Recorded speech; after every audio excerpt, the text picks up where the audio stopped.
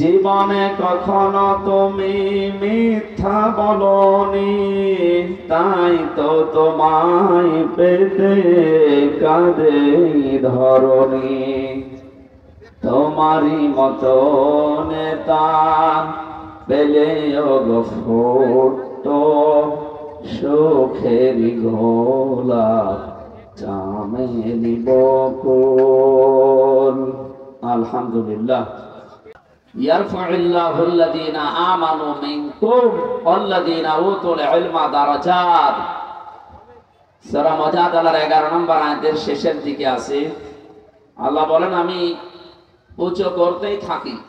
ইয়ারফা এটা মুজারি, বর্তমান ভবিষ্যৎ, প্রেজেন্ট ফিউচার। এখন করছি, ভবিষ্যৎ বলতে এটা কিয়ামত পর্যন্ত।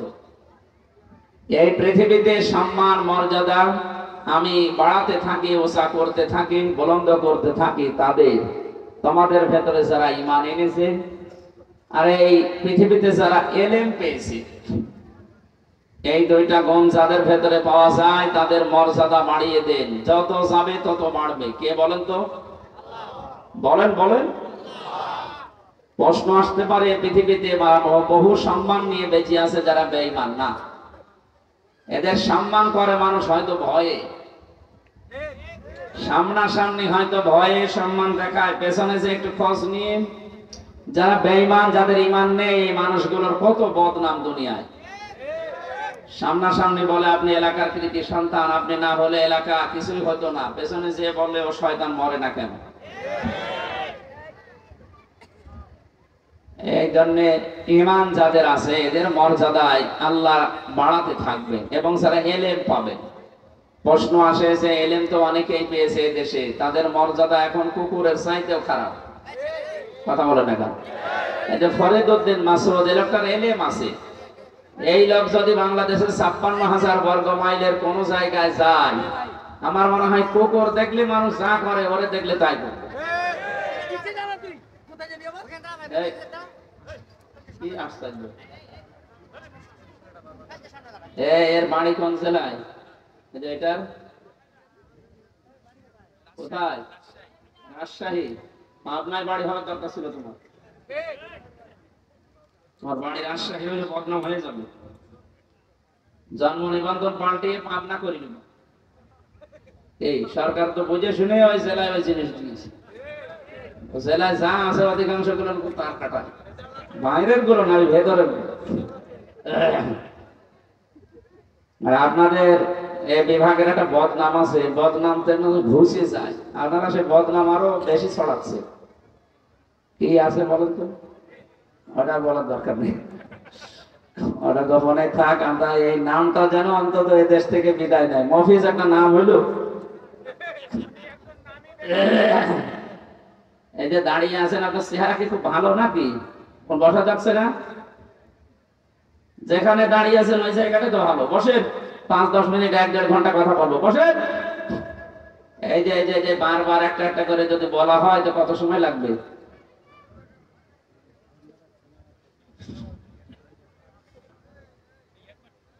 এই পৃথিবীতে সবচাইতে বেশি জ্ঞানের উপরে কাজ করেছিল, আমল করেছিল নবীরা। কারা? বলেন বলেন। এই জন্য নবীদের সম্মান মর্যাদা আজ দুনিয়ায় আছে, কিয়ামত পর্যন্ত আল্লাহ ঠিক রাখবে। কিন্তু যারা ঈমান আনার পরে যারা ইলম অর্জন করে আমল করে না, কাজ করে না জ্ঞান অনুযায়ী, তাদের মর্যাদা বাড়া দূরের কথা, দিন যত যাবে আল্লাহ তাদের তত ঘৃণিত করে দেবে। এই জন্য যাদের নাম বললাম এই মানুষগুলোর জ্ঞান আছে কিন্তু জ্ঞান অনুযায়ী আমল নেই। কারণ জ্ঞান অনুযায়ী আমল করলে তাদের অবস্থা নবীদের মতো, সাহাবীদের মতো হবে। আল্লাহ পাক বলেন, ইয়া হাসরাতান আলাল ইবাদ মা ইয়াতিহিম মির রাসূলিন ইল্লা কানু বিহি ইস্তাহজিউন। সূরা ইয়াসিনের ৩০ নম্বর আয়াতে আল্লাহ বলেন, আমার বান্দাদের জন্য আমার আফসোস, আক্ষেপ, এমন কোন নবী রাসূল দুনিয়ায় পাঠালাম না যার সাথে সমসাময়িক মানুষেরা ঠাট্টা, বিদ্রূপ, জুলুম, নির্যাতন, অত্যাচার করে নাই। কে বলছে বলেন তো? যেহেতু নবীরা তাদের প্রাপ্ত জ্ঞানের উপরে কাজ করতো, আমল করতো, এই জন্য জালেম ছাড়া কাফের মুশরিক যারা তাদের উপরে জুলুম অত্যাচার ঠাট্টা বিদ্রুপ করত, এটাই ঠিক কিনা বলেন? আজও বিশ্বে যারা জ্ঞানের উপরে আমল করবে, বুঝবেন ওই মানুষগুলোর মর্যাদা আল্লাহ বাড়াতে থাকবে। আমি নাম ধরে একজনের বলছি, আপনি দেখেন তো, আমিরে জামাত ডাক্তার শফিকুর রহমান, একটা জেনারেল শিক্ষিত, একটা এমবিবিএস ডাক্তার, সার্জন, উনি অপারেশন করে। অথচ লোকটা তার জ্ঞান অনুযায়ী, তার এলেম অনুযায়ী কাজ করার কারণে আল্লাহ এত উপরে তুলে দিয়েছে। শুধু বাংলাদেশ না, বহির বিশ্বেও আজ মানুষের অন্তরের ভেতরে আল্লাহ পাক তার জায়গা তৈরি করে দিয়েছে। শুধু মুসলমানেরা না, অন্যান্য ধর্মের মানুষদের কাছেও তিনি ছুটে যাচ্ছেন। যেখানে যায় দেখি বলে খায়রুন নাস মাইয়ানফাউন নাস। নবীজি জানিয়েছেন আল্লাহর কাছে উত্তম মানুষ ওইটা যার দ্বারা মানুষের উপকার হচ্ছে, হবে। ইয়ানফাউ এটা মোজারে, বর্তমান ভবিষ্যৎ, প্রেজেন্ট ফিউচার। এরপরে আবার খায়রুন নাস দিয়ে মাইয়ানফাউল মুসলিমুনা দেননি, মাইয়ানফাউন নাস দিয়েছেন। শুধু মুসলমানের উপকার যারা করে, তাদের কল্যাণ সাধন করে, তারা আল্লাহর কাছে উত্তম। আল্লাহর নবী এটা বলেননি, বিশ্ব নবী জানিয়েছেন ওই মানুষটা উত্তম যেটার দ্বারা মানুষের উপকার হয়, মানুষের কল্যাণ সাধন হয়। আজ এই দেশে বহু মানুষ আছে, আমরা দেখি তারা শুধু মুসলমানের, অথবা কেউ শুধু হিন্দুদের, কেউ শুধু খ্রিস্টানদের উপকার করে বেড়ান। ডাক্তার শফিকুর রহমানের জীবনের দিকে তাকান, ওনার যে প্রতিষ্ঠান আছে সিলেটের বুকে, সেখানে হিন্দু, বৌদ্ধ, খ্রিস্টান, মুসলমান সবার কর্মজীবন আছে। সুবহানাল্লাহ বলতে পারেন ভাই? এখান থেকে আপনাকে শিক্ষা নেওয়া লাগবে। আমি যদি আল্লাহর কাছে দামি হতে চাই, উত্তম হতে চাই, আল্লাহর দরবারে যদি আমার একটা চেয়ার তৈরি করতে চাই, মর্যাদার চেয়ার, মানুষ কোন ধর্মের দেখা যাবে না, ও যদি মানুষ পদবাচ্যে বিবেচিত হয়, বিপদে পড়লে এগিয়ে যাওয়া লাগবে। কথা বলেন না কেন? বিশ্বনবীর স্ত্রী হযরতে খাদিজাতুল কুবরা রাদিয়াল্লাহু তাআলা আনহা, তিনি ওই সময় মুসলমান হননি, ঈমান আনেননি।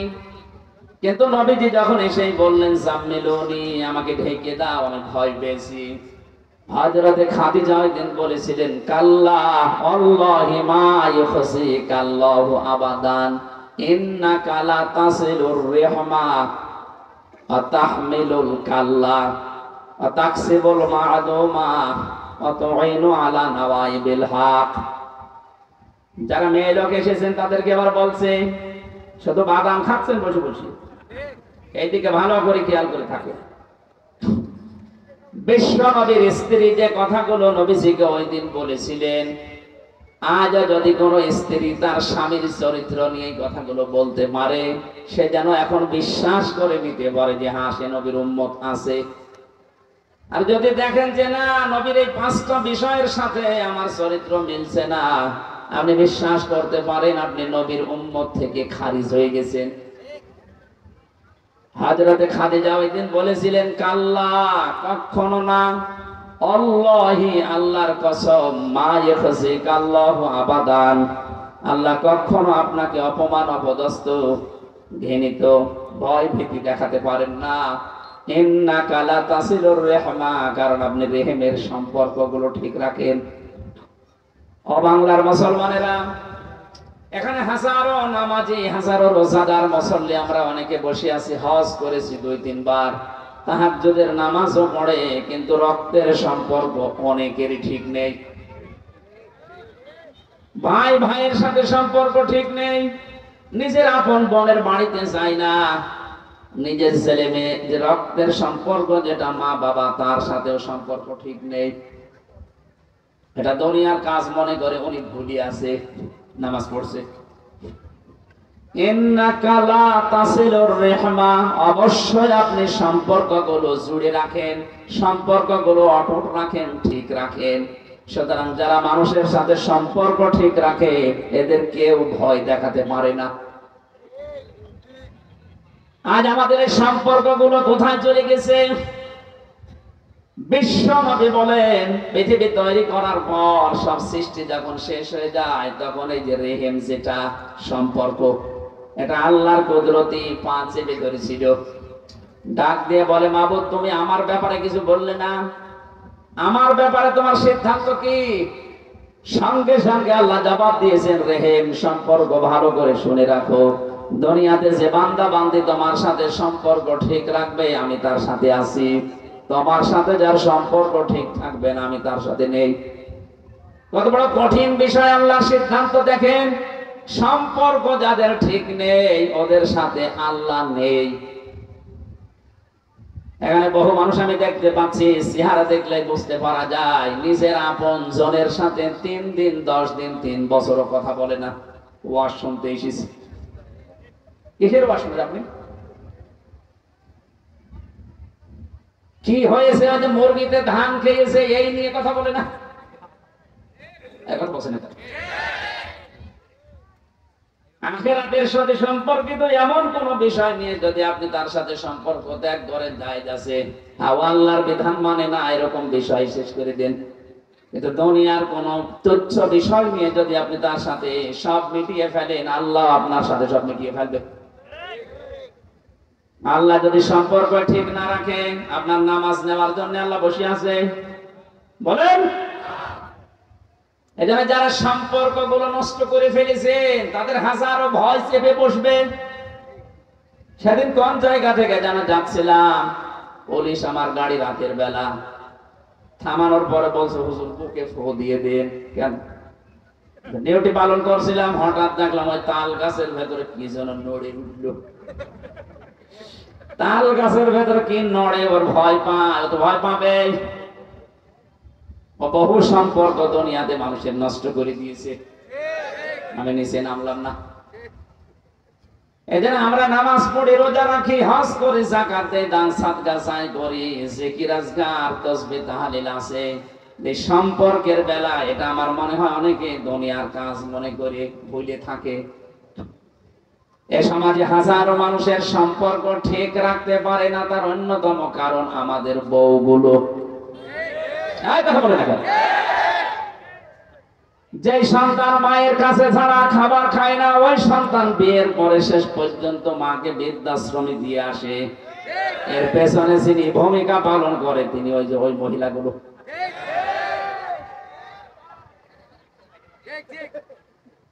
ওরা মনে করে আমি নামাজ পড়ি, রোজা রাখি, কালো বোরকা পরি, আমি ভালো জান্নাতে যাবো না, যাবে কে জান্নাত? আপনার কারণে আপনার স্বামী তার মা বাবাকে ছেড়েছে, তার আপন বোনকে ছেড়েছে, তার আপন ভাইকে ছেড়েছে। এরকম ছোট মনের বউ আছে কার? হাত করেন তো। মেয়েদের উপরে মানে আন্দাজে দোষারোপ করা হয়ে গেল, তো সব আল্লাহর ওলি বসে আছে। আলহামদুলিল্লাহ, যাক এলাকার মেয়েরা ভালো, আমি ক্ষমা চাচ্ছি মা বোনেরা। আমি না জানতাম না, এই জন্য বলে ফেলেছিলাম। এলাকাতে তো খুব ভালোই আছে। হ্যাঁ, এই যে বৃদ্ধাশ্রম দেখে আসলাম, আপনার পাশের জেলা কিশোরগঞ্জে, নীলফামারীর কিশোরগঞ্জে। কারা ওখানে? কারা? ওকে ফেরেশতা এসে বসে আছে। আপনাদের মা বাবা, আপনাদের ওখানে মা বাবা অনেকেই লাইন দিয়ে দেখলাম বসে আছে এইদিকে এইদিকে। ওদের চেহারার দিকে তাকালে বোঝা যাচ্ছে ওরা বরদোয়া করছে। আমরা যারা স্বামী আছি, আমি যতটুকু বাস্তবতায় দেখি, আমি নিজের থেকে বলছি, আমি সহ পৃথিবীর কোন স্বামী চাই না যে বিয়ের পরে আমার মা বাবা আলাদা হয়ে যাক। কথা বলা লাগবে। কোন স্বামী এটা চাই? কিন্তু কালের আবর্তনে বাস্তবতার নিরিখে আমরা দেখতে পাচ্ছি অধিকাংশ পরিবারে তার মা বাবাকে আলাদা করে দেওয়া হচ্ছে এই স্ত্রীর কান পড়ার কারণে। আর ওই স্ত্রীকে মন্ত্র পড়ায় ওর মা আর ওর বড় বোন। এখানে স্যার বড় বোন আছে, ওরা বিয়ে করবেন না? না, আমি হাসির খোরাকি। হাজারো পরিবারে সমস্যা আছে না? আমার বিশ্ববিদ্যালয়ে একজন শিক্ষক ছিল, ডক্টর আব্দুল্লাহ জাহাঙ্গীর রাহিমাহুল্লাহ, ইন্তেকাল করেছেন। একবার বলছিলেন যে কুষ্টিয়ার এক চেয়ারম্যান, সাবেক চেয়ারম্যান, উনি গেছে খুলনায় নিজের ছেলের বাড়িতে। যাবার পরে কড়া নাড়ানোর পরে কলিং বেল টিপ দিয়েছে, এসেছে বেলে ছেলে। রাত তখন 10:30 বাজে। ডাক বলে, আব্বা তুমি এত রাতে আসলে? কাজে এসেছিলাম, শেষ পর্যন্ত আর যেতে পারিনি, এই জন্য তোর বাড়িতে আজকে থাকবো, কালকে যাব। আসো ভেতরে। ভেতরে নেওয়ার পরে জিজ্ঞাসা করছে, আব্বা তুমি খেয়ে এসেছো? ছেলের বাড়িতে খেয়ে যায়। বুঝতে পেরেছে আমার ছেলের অবস্থা কোন পর্যায়ে আছে। কথা বলে না, ঠিক আছে আমার খাওয়া লাগবে না, এতটুকু বলার পরে ছেলে স্ত্রীর কাছে গিয়ে বলছে, দেখো আমার বাবা এসেছে, রান্না করো। না, আমি সেই সন্ধ্যা থেকে রাত 10:30 পর্যন্ত আমি সিরিয়াল দেখছি, আমি ক্লান্ত। কি দেখছি? সিরিয়াল গুলো একটার পরে একটা আমি দেখছি, আমি আর পারবো না। তোমার বাবা তুমি পারলে রান্না করে খাওয়াও বা হোটেল থেকে নিয়ে এসে খাওয়াও। এ কথা চেয়ারম্যান শুনে ফেলেছে। ছেলেকে ডাক দিয়ে বলছে, কিছু বলা লাগবে না বৌমাকে, আমার ক্ষুধা নেই, আমি খেয়ে এসেছি, তোরা ঘুমিয়ে পড়। 1-1.5 ঘন্টা পরে রাত 12:30টার দিকে হঠাৎ কলিং বেলকে যেন টিপ দিয়েছে। বাইরে যে দেখে ওর নিজের ছোট শালা। ডাক দিয়া বলছে, দোলা ভাই আমি আজ বাড়ি যেতে পারিনি, চলে আসলাম। ঠিক আছে আসো, তোমারে দিয়ে খেলা শুরু হবে। ঘরের ভেতরে নিয়ে বলছে, রান্না করো। পারবো না, তোমার ভাই এসেছে। এবার রান্না কমপ্লিট করে যখন খাবার খাবে, বাবাকে এবার ডাক দিচ্ছে, আব্বা তোমার বৌমা রান্না করেছে, খেয়ে নাও।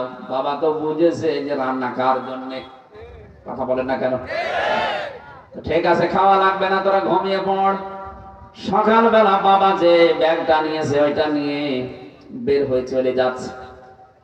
ডাক দিয়ে বলে, আব্বা তোমার বৌমা রান্না করছে, খেয়ে যাবা না?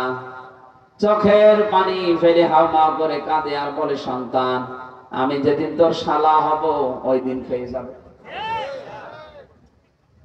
এটা হাসির করা কিনা? একটা বাবা কত দুঃখ পেলে এই কথা বলতে পারে বলেন তো? কারণ সে জানে যে রান্না আমার জন্য না, এটা তো শালার জন্য, ওর বউ রান্না করছে। বলছে, রান্না আমি আজকে খাবো না, যেদিন তোর শালা হব ওই দিন খেয়ে যাব। আমার তো মনে হয় এখানে কুষ্টিয়ার ওই চেয়ারম্যানের মতো হাজারো মানুষ বসে আছে, তারা তার ছেলে আর বৌমার কাছে ওই রকমই। সম্মানিত মা বোনেরা, আপনাদেরকে আমি সত্যিই ভালোবাসি। আপনি ছোট একটা বিষয়ের কারণে জাহান্নামী হয়ে যাবেন, আমি চাই না। কি হবে আপনার নামাজ দিয়ে? কি হবে আপনার সিয়াম দিয়ে? হজ করে আসেন, দান সাদকা করেন, জিকির আজগার করেন, কষ্ট করেন, কি হবে? পারিবারিক জীবনে এই সম্পর্কটা যদি আপনি ঠিক রাখতে না পারেন, এই যে কোরআন আমার হাতে, আল্লাহর কসম আপনার সাথে আল্লাহ সম্পর্ক কাট করে দেবে। এই জন্য আশা করছে আপনার স্বামীকে এভাবে উল্টা পাল্টা বোঝাবেন না, তাকে মানসিক চাপে রাখবেন না, তাহলে আপনার নামাজ রোজা হজ যাকাত সব মাঠে মারা যাবে। 2 নম্বরে স্ত্রী বলেছিল, হে আমার স্বামী আপনি ভয় পাবেন না, তাহমিলুল কাল্লা, আপনি মানুষের বোঝা বহন করেন। আপনি মানুষের দুঃখের বোঝা, কষ্টের বোঝা, ঋণের বোঝা, হাজারো বোঝাগুলো আপনি বহন করেন, আপনি কেন ভয় পান? আজ তাকান তামাম দুনিয়ার দিকে, যারা বোঝা বহন করা দূরের কথা, আরো জাতির উপরে বোঝা দিয়ে যায়। কথা বললেন না কেন? যে মহিলা পালিয়ে গেছে, আপনি তাকান কত বোঝা এই দেশে দিয়ে গেল। এত টাকা ঋণ করে গেছে এই দেশে, বিভিন্ন ব্যাংক থেকে বাইরে পাচারের মাধ্যমে। এই দেশে এখন যে জন্ম নেবে আজকে, সে 1 লাখ টাকা মাথার উপরে ঋণ। ঋণটা আপনি দিয়ে তো ভালো আরামে আছেন। আপনি আজ 2 মাস কতদিন হয়ে গেল বাইরের দেশে আছেন, আপনি তো রেমিটেন্স যোদ্ধা হওয়ার কথা ছিল, 1টা টাকাও পাঠাতে পারলেন না। কি 1 টাকা পাঠিয়েছে, আরো গোপনে এদিক ওদিক করে এই দেশ থেকে টাকা যাচ্ছে, আরামে চা খাচ্ছে। মাথার ঘাম পায়ে ফেলে বাংলাদেশ সহ বিশ্বের বহু দেশে যারা আছে, তারা যেমন টাকা পাঠাচ্ছে, রেমিটেন্স পাঠাচ্ছে, আপনারও উচিত এই 2 মাস কতদিন হয়ে গেল বাইরে আছেন, কিছু পাঠান, একটু ঋণগুলো মুক্ত করি। এগুলোর খবর নেই। আরো ঋণের বোঝা, কষ্টের বোঝা, দুঃখের বোঝা আমাদের মাথার উপরে পাহাড় পরিমাণ দিয়ে গেল। এখনো পর্যন্ত বাংলার বিভিন্ন হাসপাতালে 2780 জন মানুষ কাতরাচ্ছে। কারো হাত নেই, কারো পা নেই, কারো চোখ নেই, কারো লজ্জা স্থান উড়ে গেছে। এরকম কঠিন অবস্থায় এই মানুষগুলো তার পরিবার, তার মা বাবা, তার ভাই বোন, তার সমাজের জন্য বোঝা কিনা? আসতে বলেন। আমি রাগ না করে বাস্তবের সাথে মিলান। এই মহিলা এতগুলো বোঝা দিয়ে গেল আমাদের। এরপরে 3732 জন মারা গেছে। এটা তার সরকারি জরিপ। এতগুলো মানুষ মারা যায়, তার পরিবারের জন্য সে একটা কর্মক্ষম হয়ে উঠতো। আপনি তাকে দুনিয়া থেকে বিদায় করে দিলেন বেকার, কোনো কারণ নেই। পালিয়েও চলে গেলেন, তাকে দুনিয়া থেকে বিদায়ও দিলেন। মানুষ বলে ওদের বিচার করার কোনো লাইন নেই। বিচার করার লাইন নেই মানে এই গণহত্যার জন্য বিচার করার লাইন নেই। কে বলেছে আপনাকে? যে ব্যক্তি একটা মানুষকে হত্যা করে সে যেন তামাম দুনিয়ার সব মানুষকে হত্যা করে। 2006 সালে অক্টোবর মাসের 28 তারিখে 11 জন মানুষকে এক জায়গায় পিটিয়ে মেরেছে। কথা বলে না কেন? শুধু পিটিয়ে মেরে শেষ করে দিয়েছে, লাশের উপরে ড্যান্স দিয়েছে। পৃথিবীর ইতিহাস পাল্টিয়ে ফেলেছেন আপনারা। আমি সিরাজগঞ্জ থেকে 7 সালে একবার যাচ্ছিলাম, তখন বাসে আসতাম, ড্রাইভারের পেছনে বসে আছি। রাস্তার মাঝে দেখলাম একটা কুকুর পড়ে মরে আছে। ড্রাইভার সাহেব কুকুরের উপর দিয়ে না দিয়ে বাম দিয়ে চালিয়ে দিল। গাড়ি একটু ঝাঁকি দিয়ে উঠেছে। ড্রাইভারকে বললাম, ভাই আপনি এমন করলেন, এখন তো অ্যাক্সিডেন্ট হয়ে যেত। ড্রাইভার আমারে বলছে, ভাই দেখেন না একটা কুকুর পড়ে আছে, আমি ডবল করে মারবো, আমার বিবেক নেই। বললাম তো মরা কুকুর, ওরে মারলে কি আর না মারলে কি? ড্রাইভার আমার দিকে ঘুরে বলছে, হুজুর আপনি কি আসলে হুজুর? আপনি কেমন হুজুর? আপনি দেখেন একটা মরা গরু মরা কুকুর পড়ে আছে, আমি ডবল করে আবার গাল চাকা দেবো, আর বিবেক নেই? এই কথাটা শোনার জন্য আমি ছিলাম। মরা কুকুর ডবল করে মারা যায় না, আপনার বিবেকে মেনে নিল না। অথচ পৃথিবীতে জিন্দা মানুষ পিটিয়ে লাশের উপরে অনেকে ড্যান্স দিয়েছে। এদেরকে মানুষ বলার কোন রাস্তা খোলা আছে? আপনি তো বিচার করার কোন লাইন পাচ্ছেন না। গণহত্যার দায়ে একটা দুইটা না, 3732 জন মানুষ মারা গেল। 2780 জন মানুষ এখনো হাসপাতালে। বিচার তো শুরু করলে এইগুলো দিয়ে করা যায়। বাইরের বিভিন্ন দেশে এখন মায়া কান্না কাঁদছে যে আমি নির্বাচিত সরকার আমারে পিটিয়ে বের করে দিয়েছে। ভণ্ডামি করা যায় পান্ডা? আপনি নির্বাচিত, এটা কুকুরও বিশ্বাস করবে? নিয়ে আসেন, ওই যে কুকুর আছে, ডাক দিন। কুকুরকে জিজ্ঞাসা করেন যে 15 বছর যারা ছিল ওরা কি নির্বাচিত ছিল? ও কথা বলতে পারলেও হাসবে, ঘোড়ার মতো হাসবে।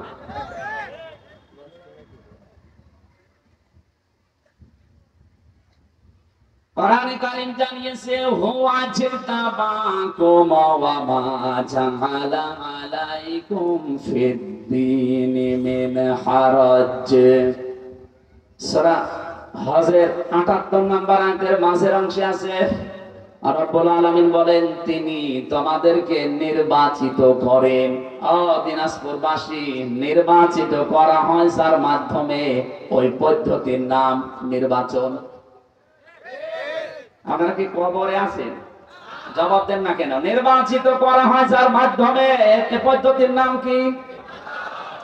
আপনি বুকে হাত দিয়ে বলতে পারবেন এই 15 বছরে কোন নির্বাচন হয়েছে? নির্বাচন যদি হইতো তাহলে 154 জন নির্বাচনের আগেই হয়েছে তো না? কথা বলে না কেন? যেখানে 151 জন হলে সরকার গঠন করা যায়, সেখানে আপনি আন্দাজে নির্বাচিত হয়ে পড়লেন 154 জন। আর এর আগের টার্মে যা করলেন, দিনে ভোট হবে, আগে রাতেই আপনি শেষ করে দিলেন। আপনি নির্বাচিত হলেন কোন কায়দায়? এটা দিনের ভোট সে রাতে হয়েছে, এটা প্রমাণ আমি নিজে। আমি জেলখানায় 3টা বছর ছিলাম। আমার সাথে এক ওসি সাহেব ছিল ছেলে, একবার তাওবার ব্যাখ্যা করলাম ওনারে, উনি আমারে বলছে হুজুর আপনি যেভাবে তাওবা শোনালেন আমারে, আমারটা দেখেন তো তওবা হয়েছে কিনা। কি তাওবা? বলছে যে নির্বাচনে আমি বাইরে ছিলাম, ওই সময় আমার দায়িত্ব ছিল ফেনীতে, রাত 12টার পরে আমার যে দল বল আছে এগুলো নিয়ে আমি ভোট কাটা আরম্ভ করলাম আল্লাহর নামে। কার নামে? আল্লাহর নামে আরম্ভ করলাম। সত্যি কোরআন শরীফ যা বলেছে আমি অতটুকুই বলছি।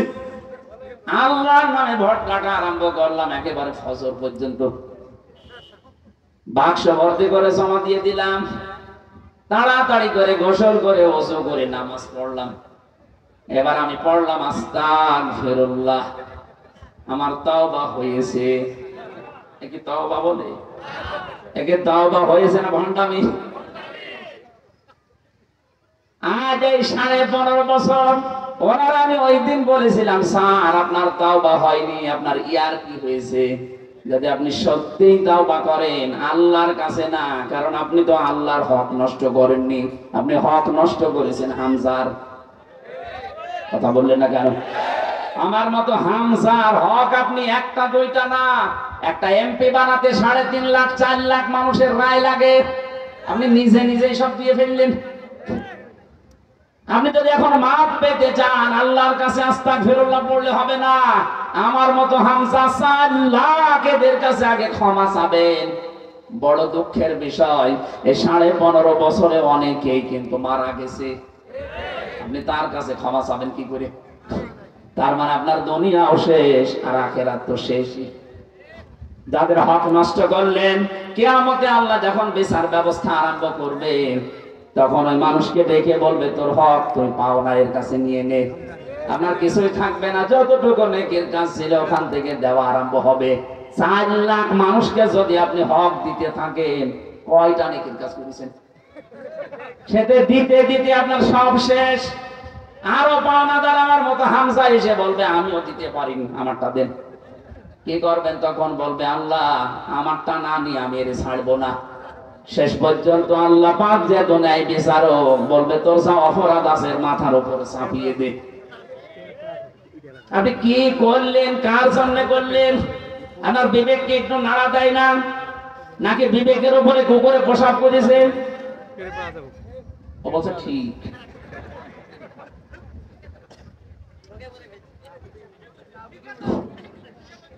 না, বাস্তবতা আমাদের হচ্ছে না ভাই। কিসের তাওবা আপনি করেন আমি তো বুঝি না। দোষ করে একজনের কাছে, ক্ষমা চায় আরেকজনের কাছে। এখানে সাফ সাফ বলছে কেউ যদি তাওবা করতে চান অপরাধ করবেন যার কাছে, ক্ষমা চাবেন তার কাছে। আপনি নামাজ পড়েননি, অপরাধ করেছেন হামজার কাছে না আল্লাহর কাছে? আরো জোরে বলেন। নামাজ না পড়লে রোজা না রাখলে আপনি যদি ক্ষমা চান আল্লাহর কাছে, আল্লাহ মাফ করে দিলেও দিতে পারে, শাস্তি দিলেও দিতে পারে। কিন্তু আপনি আমার হক যদি নষ্ট করে থাকেন, এই যে 3টা বছর বিনা কারণে আমারে আটক করে রাখলেন ফাঁসির কন্ডেম সেলের ভেতরে, এমনকি আমারে আয়না ঘরে আপনি রেখেছিলেন। মামলা আমার কিছুদিন আগে সব খারিজ হয়ে গেছে, প্রমাণ হয়েছে আমার কোনো দোষ নেই, আমি নির্দোষ। তাহলে নির্দোষ মানুষের জীবন থেকে 3টা বছর নষ্ট করে দিলেন। আমার হক ছিল আমার স্ত্রীর, আমার সন্তানদের, আমার মা বাবা, কথা বলছেন, তাদের হক গুলো আপনি নষ্ট করেছেন আপনার ইচ্ছার কারণে। আপনি যদি শুধু একটু ইচ্ছা করতেন ছেড়ে দিতে পারতেন। মামলাটা প্রায় 33 বার সিএমএন কোর্ট, জজ কোর্ট, হাইকোর্টে উঠেছিল, তারপরেও বলেছে না জামিন যেন দেওয়া না হয়। অথচ সেই জজই এই স্বাধীনতার পরে মামলা তুলতে দেরি, মামলা এভাবে দেখে বলছে কি দিয়ে বিচার করব, কোনো মাল নেই, যা সব জামিন দিয়ে দিল। শুধু জামিন না, একেবারে জীবনের মতো খারিজ করে দিয়েছে। আদালত কর্তৃক প্রমাণিত আমি নির্দোষ, আমার কোনো দোষ এ মামলার সাথে পাইনি। আমার মতো হাজারো হাজারো হাজারো মানুষ, প্রায় 1,10,000-এর মতো মানুষ জেল কাটতেছে। আমি যতটুকু দেখলাম 3 বছরে প্রায় 100 জনের 60 জন কিছুই জানে না আন্দাজে। যারা বিচারক আছে অধিকাংশ হাত বাঁধা ছিল, আমার ওই বিচারপতিকে আমি মনে করলাম জিজ্ঞাসা করি, স্যার এগুলো তো আপনার হাতে ছিল এতদিন, কিছুই করেননি, হঠাৎ আজকে বললেন কোনো মাল নেই, ছেড়ে দিলাম, এতদিন কি হয়েছে? এইটাই আমারে বলতো, হুজুর আমার হাত বাঁধা ছিল। কথা বলেন না কেন? এখন আমার হাত খোলা আছে। আমরা চাই এদেশের 1628টা চেয়ার আছে, যারা বিচারালয় আছে, শিক্ষা ব্যবস্থায় আছে, চিকিৎসা ব্যবস্থায় আছে, রাষ্ট্রীয় ব্যবস্থায় আছে, প্রশাসনে আছে, এদেশের দায়িত্বে যারা প্রতিনিধি হয়ে আছে, এরকম 1628টা চেয়ার এখন এই দেশে। প্রত্যেকটা চেয়ারের হাত বাঁধা ছিল। এই জন্য ন্যায় বিচারের পরিবর্তে অবিচার পেয়েছি বেশি। এখন যে হাত খোলা, চাই এই দেশে কিয়ামতের আগে যেন কারো হাত আর বাঁধা না থাকে। সবার হাত এই রংপুর বিভাগের কৃতি সন্তান, বীর সন্তান আবু সাইদের মতো খোলা থাকবে। এখন 100 জনের 65 জন অলরেডি পাল্টিয়ে গেছে বিভিন্ন চেয়ার থেকে, কিন্তু জালেমদের দোসর এখনো 35 জন আছে দেশে। আর এরাই মাঝে মাঝে উল্টা পাল্টা ছড়ায়, যে মাঝে মাঝে একটু উসবিস করে, দেখেন না এরা। আমরা চাই দেশে সংস্কার যখন আরম্ভ হয়েছে, একটা চেয়ারেও যেন কোনো জালেম আর জালেমের দোসর না থাকে। সব চেয়ার আমরা চাই যেন ওই বিচারকের মতো মুক্ত। বলেন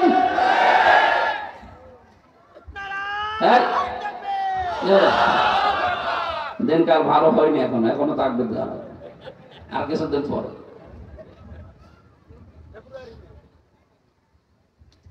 দিনাজপুরবাসী, আমি যেটা বলতে যে পর্যন্ত এসেছি, কোন অপরাধ যদি আপনি করেন, এই অপরাধ করার পরে যদি আপনি মনে করেন যে আমি আস্তাগফিরুল্লাহ পড়লেই মাফ হয়ে যাবে, না। আপনি যার কাছে অপরাধ করেছিলেন আগে, তার কাছে যে বলবেন যে আমার ভুল হয়ে গেছে, কি করব এখন বলো। ও যদি বলে আপনি আমার 5 লাখ টাকা লস করে দিয়েছেন, মিথ্যা মামলা দিয়ে, মিথ্যা সাক্ষী দিয়ে, উকিলের মাধ্যমে, এই উকিলকে টাকা দিয়ে আপনি আমার বাড়ি থেকে বেকার 5 লাখ টাকা নষ্ট করে দিয়েছেন, 5 লাখ টাকা আগে ফেরত দিন, তারপরে আপনার আমি মাফ করব। আপনার তাই করা লাগবে। সুতরাং 15.5 বছর যারা জুলুম, নির্যাতন, অত্যাচার, গুম, খুন, আয়না ঘরের সাথে যারা জড়িত, এরা যদি মাফ পেতে চায়, আগে এই গুনাহ উসুল করা লাগবে, এরপরে মাফ হবে। এই গুনাহগুলো উসুল কিভাবে হবে? কেউ যদি চুরির সাথে জড়িত থাকে, 15 বছরে তার হাত কাটা লাগবে। এই কথা বলছেন না কেন? কেউ যদি জেনার সাথে জড়িত থাকে, তাহলে সঙ্গে সার করা লাগবে। কেউ যদি হত্যার সাথে জড়িত থাকে, ওকে মেরে ফেলা লাগবে। কেউ যদি আয়না ঘরের সাথে জড়িত থাকে, তাকে 14 বছর আয়না ঘরে রাখা লাগবে। কেউ যদি গুমের সাথে জড়িত থাকে, গুম সে কত বড় মারাত্মক অপরাধ, যে পরিবারে একটা লোক গুম হয় তারা বোঝে। আমি মাত্র 10 দিন ছিলাম আয়না ঘরে, তাই আমার বাবা মা পাগল হয়ে যাওয়ার মতো। অথচ ব্যারিস্টার আর বাড়ির স্ত্রী আজ 8 বছর। আমার আজমের স্ত্রী শেষ পর্যন্ত 10 বছর পার করে ফেলেছে, পাইনি খোঁজ, গত বছর বিয়ে করে ফেলেছে। আপনি কি জবাব দেবেন বলেন তো মরণের পরে? আমার তো মনে হয় দেশের 18 কোটি মানুষ যদি এদেশের জালেমদেরকে মাফ করে দেয়, ব্যারিস্টার আরমানের বউ জীবনও মাফ করবে না। কত বড় কঠিন অবস্থায় রাখে। আমি নিচে তো দেখেছি, কত দেওয়ালে লেখা দেখতাম, কারো 2 বছর, 5 বছর, 8 বছর, 10 বছর, 14 বছর পর্যন্ত আটকানো। দুনিয়ার মানুষ জানেই না যে এখানে মানুষ আছে। অথচ উপর দিয়ে গাড়ি চলতেছে, উপর দিয়ে গাড়ি চলে, মানুষ চলে, কত কিছুর আওয়াজ, নিচে পড়ে আছে 1 দিন 2 দিন না, 14 বছর। একটা মোবাইল নাম্বার লেখা দেখলাম, ওখানে লেখা আছে, ভাই যদি বাইরে কেউ যেতে পারেন, আমার এই নাম্বারটা দিয়ে একটু জানাবে যে আমি বেশি আছি।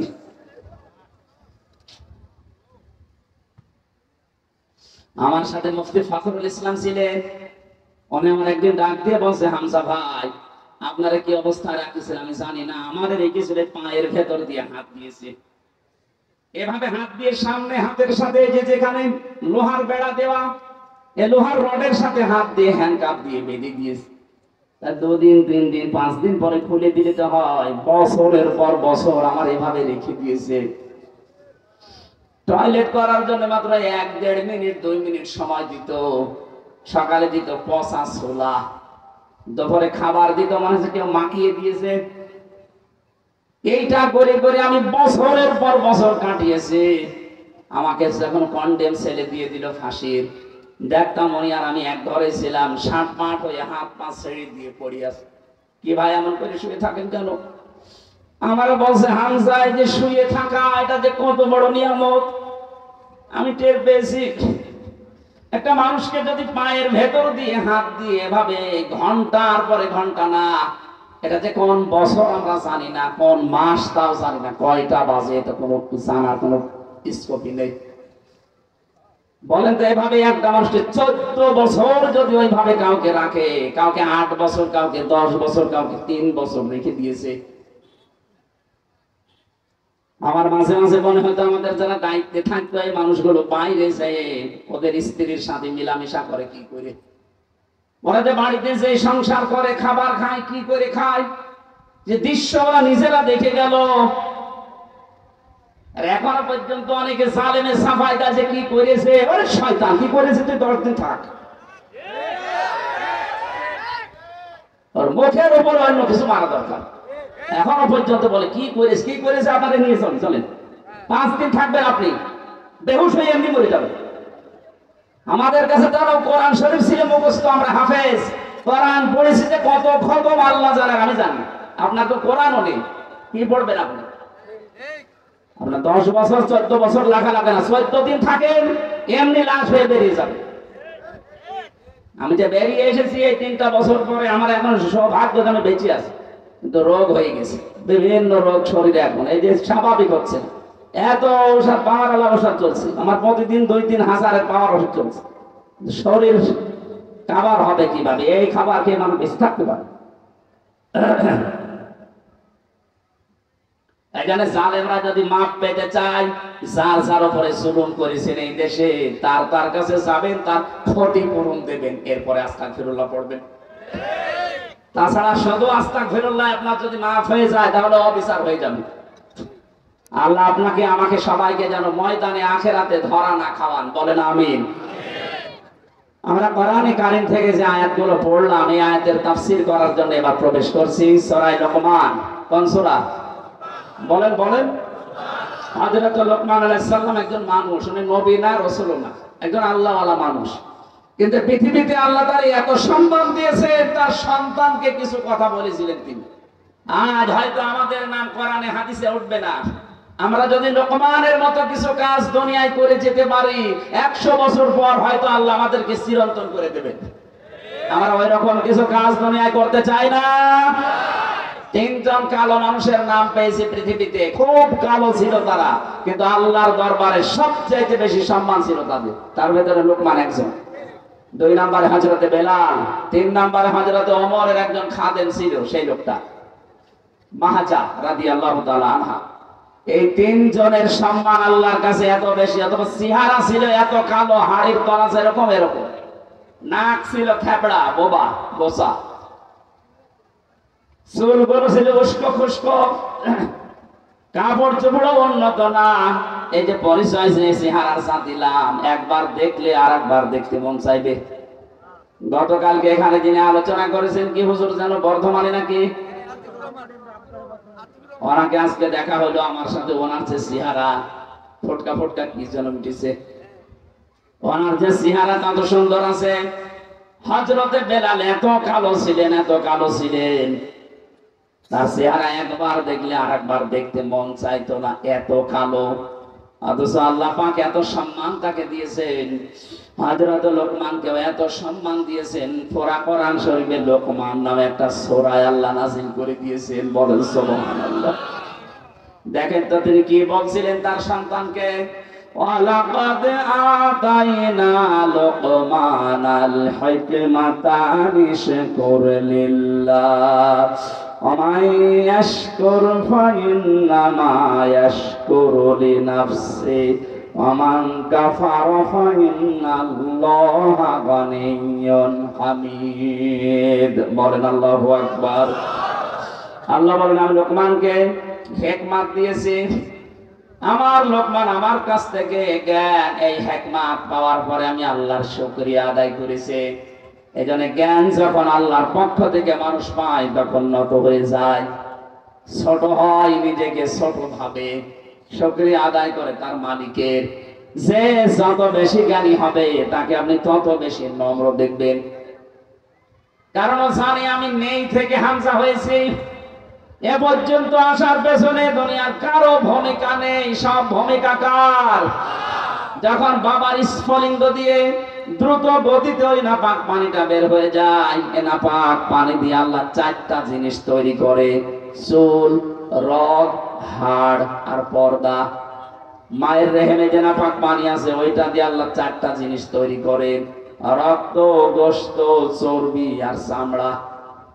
চার চার আটটা জিনিস যখন এক হয়, আল্লাহ বলেন আমার রব নাম নিয়েছি, এ কারণে আমার বান্দাকে আরো পাঁচটা জিনিস আমি দান করি: শ্রবণ শক্তি, দর্শন শক্তি, বাক শক্তি, আকেল শক্তি আর ঘ্রাণ শক্তি। ৮ ৫ ১৩টা জিনিস এক হয়, তখন ফেরেশতারা আমাকে জিজ্ঞাসা করে যে আল্লাহ এটা বানাবো কি, ছেলে না মেয়ে? এই সিদ্ধান্ত দুনিয়ার কেউ দেওয়ার ক্ষমতা রাখে না, আমি আল্লাহ তখন বলি যে এটা কর।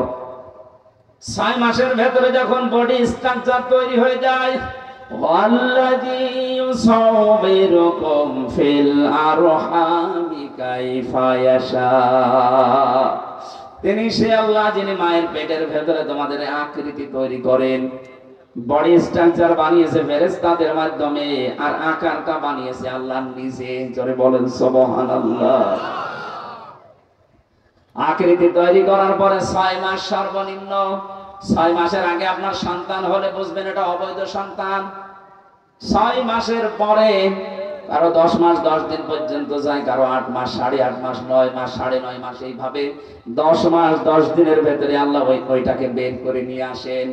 আল্লাহু আখরাজাকুম মিন বুতুনি উম্মাহাতিকুম লা তা'লামুনা শাইআ। আল্লাহ বলেন বাচ্চার আকারে আস্তে করে পেট থেকে বের করে নিয়ে আসি, এমন অবস্থায় আনলাম যখন তুই কিছুই জানতি না। এখান থেকে আস্তে আস্তে তোকে আমি কথা বলা শেখালাম। এই যে খালাকাল ইনসান আল্লামাহুল বায়ান, মানুষকে আমি বানিয়েছি আর কথা বলা শিখিয়েছি। বিজ্ঞান এখন এই আল্লামাহুল বায়ান নিয়ে গবেষণা চালিয়েছে যে মানুষ কথা বলে কি করে। দেখি এই কয়েক ইঞ্চি জায়গা, এখানে ২৭টা ধাক্কা তৈরি হওয়ার পরে একটা কথা তৈরি হয়। এতটুকু জায়গার ভেতরে ২৭টা স্তর আছে। ২৭টা স্তর পার করার পরে ধাক্কা লাগতে লাগতে একটা কথা তৈরি হয়। এটা দুনিয়ার কোনো মানুষ আমাদেরকে দেয়নি, এটা দিয়েছে শুধুমাত্র কে? আরো জোরে বলেন কে? দুনিয়া যদি কিচ্ছু না পান, এই যে কথা বলতে পারেন, আপনি যদি তামাম দুনিয়ার সব জায়গায় সাজদা দিয়ে শেষ করে ফেলেন, তারপরও এই কথা বলতে পারা, এর নিয়ামতের শুকরিয়া শেষ হবে না। যে মানুষগুলো দেখতে পারেন বিশেষ করে, এটা যে কত বড় নিয়ামত। যারা দেখে না ওই মানুষগুলো টের পাচ্ছে দুনিয়া কি। অন্ধ মানুষের কাছে দুনিয়া আখিরাত সমান, কবরের মতো লাগে। কুমিল্লায় এক মাহফিলে আমার সাথে গন্ধ খাবার খাচ্ছিল, হঠাৎ বিদ্যুৎ চলে গেল। আমরা যারা চোখওয়ালা মানুষ আছি চেল্লা পাল্লা করছি। হঠাৎ পাশ থেকে অন্ধ আমার হাত চেপে ধরে বলছে, হুজুর মাত্র ১.৫-২ মিনিট কারেন্ট চলে গেছে, আপনি চিল্লান। অথচ ৪২ বছর আমার জীবনে কারেন্ট নেই। ৪২টা বছর আমি দেখি না, আমি তো চিল্লালাম না। অন্ধ ওই দিন আমাকে আর একটা কথা জানিয়েছে, আপনারা যারা চোখওয়ালা মানুষ দিনের বেলায় দেখেন, রাতের বেলা স্বপ্নে দেখলেও কিছু দেখতে পান। আমরা যারা চোখ নেই অন্ধ মানুষ, দিনে তো দেখি না, রাতের বেলা যদি স্বপ্নেও দেখি কিছু দেখতে পায় না, শুধু আওয়াজ শুনি একটা। আপনি কি পেয়েছেন, টের পাচ্ছেন? আস্তে আস্তে কথা বলা শেখালাম, এরপরে তোর উপরে তুলতে লাগলাম। দুনিয়াতে যা কিছু চলতে লাগে আস্তে আস্তে আমি সব তোকে দিয়েছি, অথচ তুই উল্লেখ করার মতো কিছু ছিলি না। হালা আতা আলাল ইনসানি হিনুম মিনাদ দাহরি লাম ইয়াকুন শাইআম মাযকুরা। মানুষের জীবনে কি এমন সময় অতিবাহিত হয়নি যখন সে উল্লেখ করার মতো হামজা ছিল না? নেই থেকে শুরু করে পর্যন্ত বানিয়ে চেয়ারে বসিয়ে দিলাম, আস্তে আস্তে করে এই পর্যায়ে ধরে নিয়ে আসলাম। তোরে যে জ্ঞান দিয়েছি, এই জ্ঞান যার যত বেশি থাকবে এই মানুষকে আমি আল্লাহ শুকরিয়া আদায় করা তার জন্য তত সহজ হবে। কিন্তু বাংলাদেশে এটা উল্টা, অনেক জ্ঞানী মানুষকে দেখা যায় আল্লাহর পর্যন্ত ভুল ধরে। জ্ঞানী মানুষ বলছে এই কারণে যে যারা আমার রিমান্ডের দায়িত্বে ছিল সবগুলো বিসিএস ক্যাডার, কারণ কেউ এএসপি এর নিচে নেই, আর এএসপি হতে হলে অবশ্যই বিসিএস ক্যাডার হওয়া লাগে। এএসপি, ডিসি, এরপরে আছে আইসি, ডিআইসি, এরকম লেভেলের মানুষগুলো আসতো আমাদের কাছে। ওদের মুখের যে ভাষা, আর ওরা যে উল্টা পাল্টা কথা বলে আল্লাহকে নিয়ে, আল্লাহর ভুল ধরে, বলে না এটা আল্লাহ ঠিক হয়নি। জ্ঞান পাওয়ার পরে মানুষগুলো ছোট হবে, আরো নম্রতা ভদ্রতা প্রকাশ করবে না, ও মানুষগুলোর আরো বৃদ্ধি বাড়ে। আল্লাহ বলেন আমি লোকমানকেও জ্ঞান দিয়েছিলাম, ও জ্ঞান পাওয়ার পরে আমার শুকরিয়া আদায় করে মাথা নত করে দিয়েছে। অমাই ইয়াশকুর, যে ব্যক্তি শুকরিয়া আদায় করে, ফাইন্নামা ইয়াশকুরু লিনাফসি, সে যেন তার নিজের জন্য এটা আদায় করলো, তার নিজের জন্য এটা দরকার। আমি আল্লাহর জন্য শুকরিয়া আদায়ের দরকার নেই, কারণ আমি আল্লাহকে যদি ধন্যবাদ না জানাই, আমার যদি প্রশংসা না করে, আমার ক্ষমতা হারিয়ে যাবে, এরকম আমি না। কথা বলে না কেন? আমরা যদি আল্লাহকে ধন্যবাদ না দেই, শুকরিয়া না জানাই, ওনার ইবাদত বন্দেগী বাদ দিয়ে দেই, অনেক গত বছর সামনে বছর থেকে ক্ষমতা হারিয়ে ফেলবে। এটা তো আমার নিজের জন্য দরকার। কোরআন শরীফের ভেতরে আমি তিনটা বিষয় আলাদা আলাদা পেয়েছি, এই তিনটা বিষয় একটু টাচ দেই, ভালো করে শুনবেন। কোরআনে কারিমে যেখানে আল্লাহ তার ইতাআতের কথা, আনুগত্যের কথা জানিয়েছেন, সঙ্গে সঙ্গে আনুগত্যের নাম দিয়েছেন রাসূলুল্লাহ। আল্লাহ পাক বলেন আতিউল্লাহ ওয়া আতিউর রাসূল, যে ব্যক্তি আল্লাহর আনুগত্য করে সে যেন রাসূলের আনুগত্য করে। তাফসিরে মাযহারিতে মুফাসসির লিখেছেন আল্লাহর আনুগত্য করে কিন্তু রাসূলকে মানে না, বলেন আল্লাহকেও মানে না।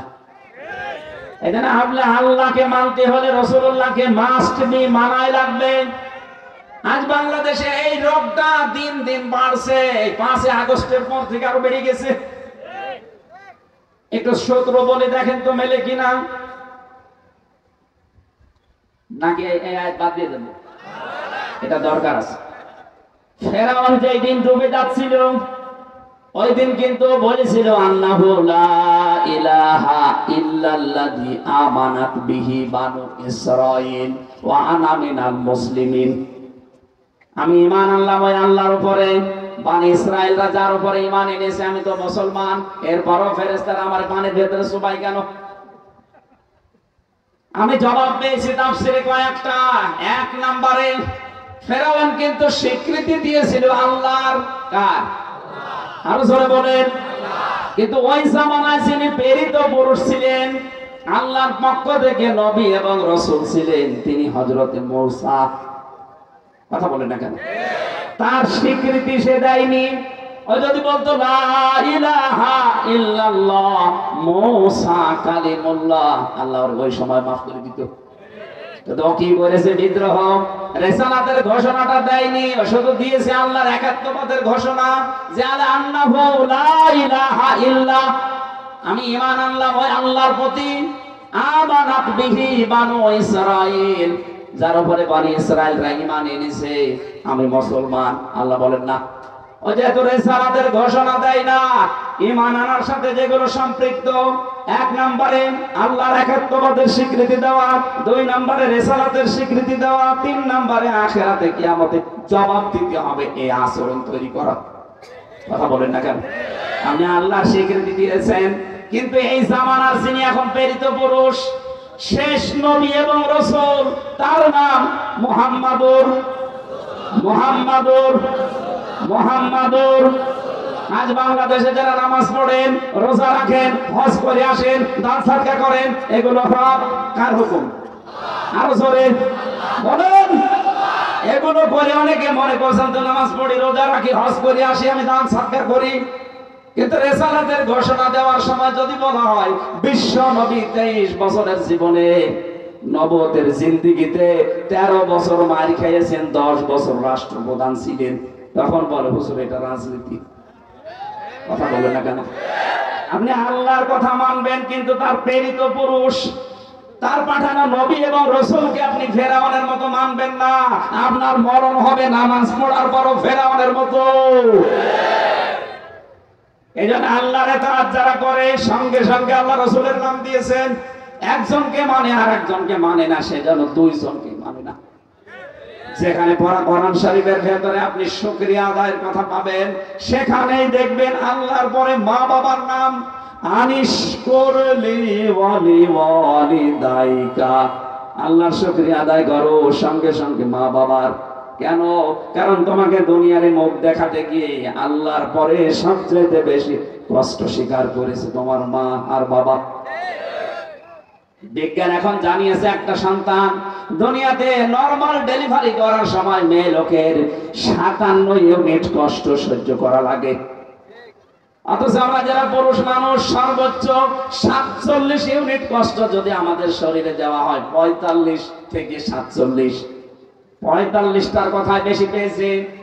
45 ইউনিট কষ্ট আমরা যদি পাই, সঙ্গে সঙ্গে আমরা মারা যাব। অথচ মা আমাকে দুনিয়ার মুখ দেখাতে তিনি 57 ইউনিট কষ্ট সহ্য করেছে। এই জন্যই তো মা বাবার এত দাম।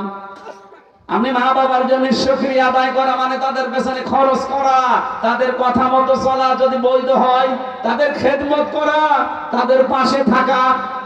আল্লাহর শুকরিয়া আপনি আদায় করছেন, সুবহানাল্লাহ, আলহামদুলিল্লাহ, যেখানে যার বিধান মানেন, কিন্তু মা বাবার সাথে সম্পর্ক ভালো না, আপনি যেন আল্লাহকেও মানেন না। 3 নম্বরে পড়া কোরআনে যেখানে আছে নামাজ, সঙ্গে সঙ্গে আল্লাহ দিয়েছেন যাকাত। রব্বুল আলামিন বলেন আকিমুস সালাতা ওয়া আতাবুজ যাকাত, নামাজ কায়েম করো, সঙ্গে সঙ্গে যাকাত আদায় করো। এখানে বহু মুসলমান আমরা আছি, নামাজ পড়তে বলবেন 5 ওয়াক্তের জায়গাও তাহাজ্জুদ মিলে 6 ওয়াক্ত পড়বে। যাকাত দিতে বললে মনে হয় যে জরিমানা, আমরা নামাজ হবে না। এই যে একটা হাত, এখান থেকে শুরু করে পর্যন্ত হাত, কেউ যদি এ পর্যন্ত ঢেকে রাখে, এ পর্যন্ত খালি রাখে, ও পুরা হাতে কাপড় দিয়েছে। কথা বলে না কেন? আপনাকে এই দুনিয়ার ময়দানে দেখাতে হবে ফাসাল্লি লিরাব্বিকা ওয়ানহার, আপনি নামাজ পড়ছেন আল্লাহর জন্য, কুরবানি ত্যাগ তিতিক্ষা কষ্ট সহ্য করছেন ওই আল্লাহর জন্য। আজ হাজারো মানুষের ভেতরে এটা নেই, নামাজ পড়তে রাজি আছে, কিন্তু বাকিটা আছে যাকাত, বাকিটা যে খরচ, এইটা বললে দুনিয়ার কাজ মনে করে জরিমানা, না এটা পারবো না, আমি যেন নামাজ পড়েন না। হযরত লোকমানের জন্য জ্ঞান পাওয়ার পরেই তিনি নত হয়ে গেলেন আল্লাহর সামনে। আমরাও যারা সামনে জ্ঞান পাবো, কোরআনের জ্ঞান, হাদিসের জ্ঞান, দুনিয়ার জ্ঞান, সে যে জ্ঞানই অর্জন করি, আমাদের যেন এই আচরণ তৈরি হয় যে আমরা নত হয়ে যাব, বিনম্র হব, ছোট হব, শ্রদ্ধায় অবনত হব। কার কাছে? আরো জোরে বলে। আমরা শুকরিয়া আদায় করব আল্লাহর জন্য না আমার নিজের জন্য দরকার এটা।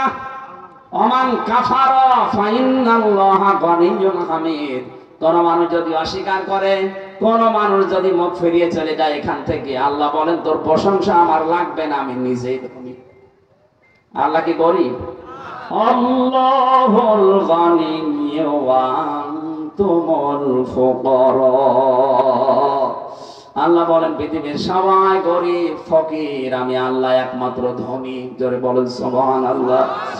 গরিব মানুষের কাছে যেহেতু ধনীদের কাছে ধর্ণা দেওয়া, সব চাইতে ধনী আমার আল্লাহ নিজে, জানে গনি নামটা তিনি নিয়েছেন।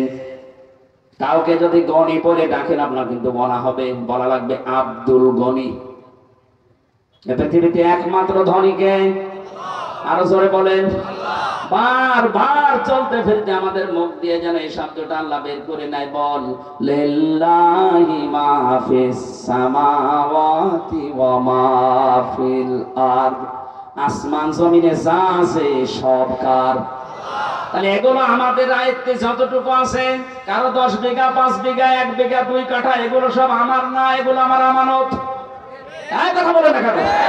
এই বিশ্বাসটা যতদিন দৃঢ়ভাবে বদ্ধমূল না হবে, ততদিন আপনি ইবাদতে শান্তি পাবেন না।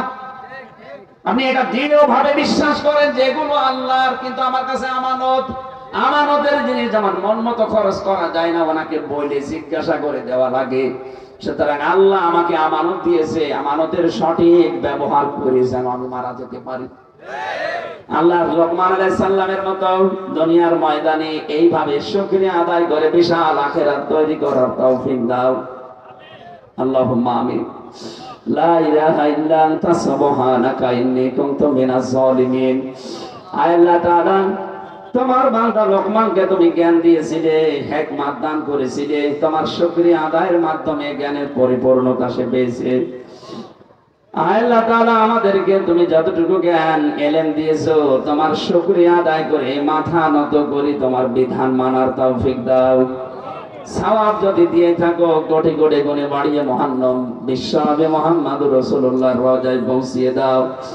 মা বাপ যারা হারিয়ে ফেলেছে, আল্লাহ মা বাপকে ক্ষমা করে দাও। মাহফিলের সম্মানিত সভাপতি অ্যাডভোকেট আবু তালেব, তোমার এই গোলামকে মুরব্বী বান্দাকে কবুল করো। আমাদের প্রধান অতিথি, বিশেষ অতিথি যারা এসেছে মঞ্জুর করো। কত মা বোনেরা বসে আছে নিজেদের মা বাবা আত্মীয় স্বজন ছেড়ে, যারা স্বামীর বাড়িতে পড়ে আছে, আল্লাহ স্বামীর বাড়িকে জান্নাতের মতো বানিয়ে দাও। যাদের স্বামী অবাধ্য আছে বাধ্য করে দাও। যারা অসুস্থ আছে শেফায়ে কামেলা আজাল নসিব করো। তুমি দেখতে পাচ্ছ আমার শরীরের অবস্থা। জালেমের জিন্দানখানায় 3টা বছর ফাঁসির ওই কন্ডেম সেলের ভেতরে বসে থাকতে থাকতে আমার বিভিন্ন রোগ আমার শরীরে বাসা বেঁধেছে। আল্লাহ রোগগুলো মেহেরবানি করে শেফায়ে কামেলা জেলা করে দাও। আবার আগের অবস্থায় আমার শরীরকে তুমি ফিরিয়ে দাও। কোরআনের যতগুলো কথা বলি এগুলো আমার জীবনে আগে সেট করার তৌফিক দাও। এলাকায় মাটির নিচে যত মানুষ ঘুমিয়ে আছে, কোরআনের ইজ্জতে মাফ করে দাও। মাদ্রাসার আর্থিক সহযোগিতার জন্য এলাকাবাসী আহ্বান জানিয়েছে কমিটি। এলাকার মানুষের দিল মন তুমি নবীর ঘরের দিকে ঝুঁকিয়ে দাও। আল্লাহ, এগুলো সবই তোমার, আমাদের কাছে আমানত আছে। এটা আমাদের অন্তরে দৃঢ়ভাবে বদ্ধমূল করে দাও। বারাকাল্লাহু লানা ওয়া লাকুম ফিল কোরআনিল আযীম। আমার ছোট মেয়েটা অসুস্থ মারাত্মক, রব্বুল আলামিন মেহেরবানি করে হাফসা জান্নাতকে তুমি সুস্থতা দান করো। আমার চাচা শ্বশুর অসুস্থ হয়ে হাসপাতালে পড়ে আছে, আল্লাহ তাকেও তুমি সুস্থতা দাও। কত মানুষ এখানে বসে আছে, আমারও রোগ দিয়েছো, মানুষের কাছে বলতেও পারে না। মেহেরবানি করে গোপনে রোগটা ভালো করে দাও। মরণ আসলে যেন কালেমাটা বের হয়, লা ইলাহা ইল্লাল্লাহু মুহাম্মাদুর রাসূলুল্লাহ।